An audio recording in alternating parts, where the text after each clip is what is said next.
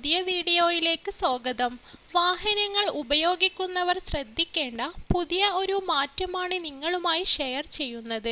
Channel ആദ്യമായിട്ട് കാണുന്നവരാണെങ്കിൽ subscribe ചെയ്യുക. ഫാസ്ടാഗിന് പകരം ഇനി മുതൽ ABU സംവിധാനമാണ് ഉണ്ടാവുക. ഉപഗ്രഹാതീത ടോൾ പിരിക്കുന്ന സംവിധാനമാണിത്. കേന്ദ്ര സർക്കാരാണ് ഇത് നടപ്പിലാക്കിയിട്ടുള്ളത്.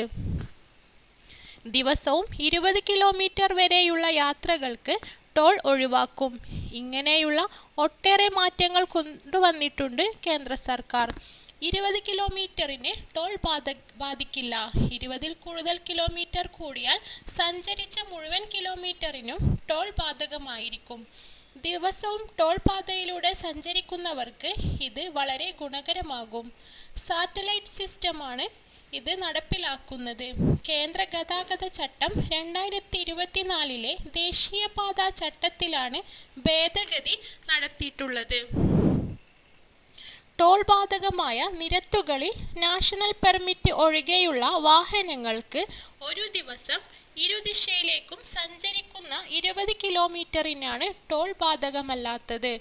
അതായത് ഒരാൾ 21 കിലോമീറ്റർ ആണ് യാത്ര ചെയ്യുന്നതെങ്കിൽ മുഴുവൻ ദൂരത്തിനും ടോൾ നൽകണം.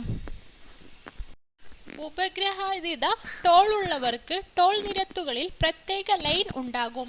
മറ്റുള്ള ലൈനുകളിൽ നിന്നും വ്യത്യസ്തമായി വാഹനങ്ങൾ തടയാനായി ഉപയോഗിക്കുന്ന ബാരിയറുകൾ ഈ ലൈനിൽ തുറന്നു കാണുകയും GPS സാറ്റലൈറ്റുകൾ ഉപയോഗിക്കാത്ത വാഹനങ്ങൾ ഈ ലൈനിൽ പ്രവേശിച്ചാൽ ഇരട്ടി തുക പിഴയായി ഈടാക്കുകയും ചെയ്യും. വാഹനം ഓടിക്കൊണ്ടിരിക്കുമ്പോൾ തന്നെയാണ് ടോൾ ഈടാക്കുന്നത്. സാധാരണഗതിയിൽ വാഹനത്തിൽ പതിച്ചിട്ടുള്ള ഫാസ്ടാഗ് IFID ടോൾ ബൂത്തുകളിൽ സ്കാൻ ചെയ്താണ് ടോൾ പിരിക്കുന്നത്. ഇനി മുതൽ സാറ്റലൈറ്റ് ഉപകരണം വാഹനത്തിൽ ഘടിപ്പിച്ച് അത് ഉപയോഗിച്ചാണ് പിരിവ് നടക്കുന്നത്. വാഹനം നിശ്ചിത ദൂരം കടക്കുന്നത് ഉപകരണം വഴി കണക്കാക്കും. ഫാസ്ടാഗ് പോലെ തന്നെ റീചാർജ് ചെയ്യാനുള്ള സംവിധാനവും ഇതിനുണ്ട്.